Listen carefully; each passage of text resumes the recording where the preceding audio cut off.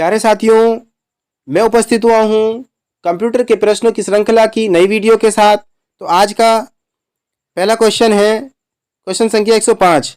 Document के किसी text या ग्राफिक्स को कट या कॉपी करने पर वह टेम्परेरी में सेव हो जाती है। ये कहाँ सेव हो जाती है? क्लिप बोर्ड में। आगे है 106।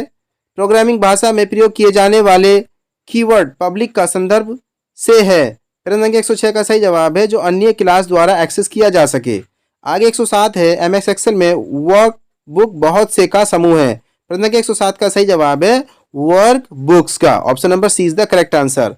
आगे 108 है टेक्स्ट को बोल्ड करने के लिए निम्नलिखित में से कौन सी की का प्रयोग होता है। प्रश्न संख्या 108 का सही जवाब है ऑप्शन नंबर ए Ctrl+B।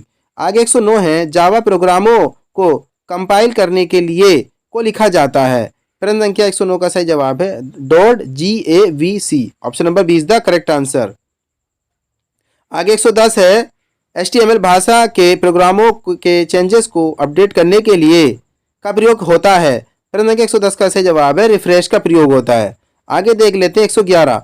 निम्नलिखित में किन्हें कंप्यूटर का पिता माना जाता है? ये माना जाता है चार्ल्स बेबेज को। आगे देख लेते हैं 112। निम्नलिखित में से कौन सी एक प्रोग्रामिंग भाषा नहीं है? प्रश्न संख्या 112 का सही जवाब है MS एक्सेस। आगे देख लेते हैं 113। ऐसा सॉफ्टवेयर जो कंप्यूटर सिस्टम को कार्यान्वित व नियंत्रित करता है उसे क्या कहा जाता है? उसे कहा जाता है operating system. Option number A is the correct answer. आगे देख लेते हैं 114। निम्नलिखित इंटरनेट का विकास जन्म किस वर्ष में हुआ? प्रश्न संख्या 114 का सही जवाब ये हुआ था 1969 ईस्वी में। आगे देख लेते हैं प्रश्न संख्या 115। MS एक्सेल में बनने वाले डॉक्यूमेंट की निम्नलिखित में कौन सी एक्सटेंशन होती है? प्रश्न संख्या 115 का सही जवाब है .xls। Option number B is the correct answer. आगे है 116। किसी इंफॉर्मेशन के उस पूरे सेट को जिसे हम कंप्यूटर को देते हैं क्या कहते हैं? प्रश्न संख्या 116 का सही जवाब उसे कहते हैं डाटा। आगे देख लेते हैं 117। यह हार्डवेयर व सॉफ्टवेयर का ऐसा संग्रह है जो अलग अलग प्रकार के नेटवर्कों को जोड़ने का काम करता है। प्रश्न संख्या 117 का सही जवाब है उसको कहते हैं हम गेटवे। क्या कहते हैं उसको? हम गेटवे। आगे है 118।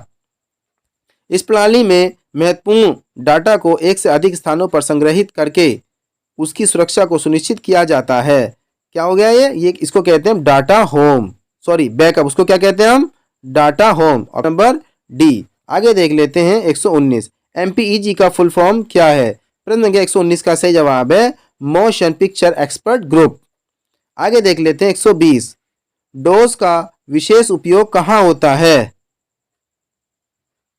प्रश्न संख्या 120 का सही जवाब है ऑप्शन नंबर 5 ऑफिस में होता है। आगे देखते हैं 121। यदि आपकी संगणक में से MS वर्ड गलती से डिलीट हो गया हो तो आप रन पर जाकर का कमांड देंगे जिससे आपका MS वर्ड खुल जाएगा।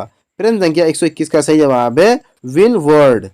Option number D is the correct answer. आगे देख लेते हैं 122। एक ऐसा सॉफ्टवेयर है जिसके द्वारा वीडियो व ऑडियो CD को चलाया जाता है। प्रश्न संख्या 122 का सही जवाब है MPEG प्लेयर। उसको कहते हैं हम MPEG प्लेयर। आगे है 123। यदि आपको कोई फाइल कीबोर्ड द्वारा शॉर्ट कीज को खोलनी हो तो आप क्या करेंगे? प्रश्न संख्या 123 का सही जवाब है Ctrl+O। आगे देख लेते हैं हम 124। प्रश्न संख्या 124 है यदि आपका माउस चलने योग्य नहीं है तथा आपको अंडू ऑप्शन पर क्लिक करना है तो शॉर्टकट कीज तो आप क्या चुनेंगे? प्रश्न संख्या 124 का सही जवाब है ऑप्शन नंबर 5 Ctrl+Z। आगे देख लेते हैं 125। डॉक्यूमेंट में कर्सर के स्थान पर डेट व टाइम को डालने हैं तो इस विकल्प पर क्लिक करने से बॉक्स प्रदर्शित होगा। ये हो जाएगा डेट व टाइम। आगे है 126।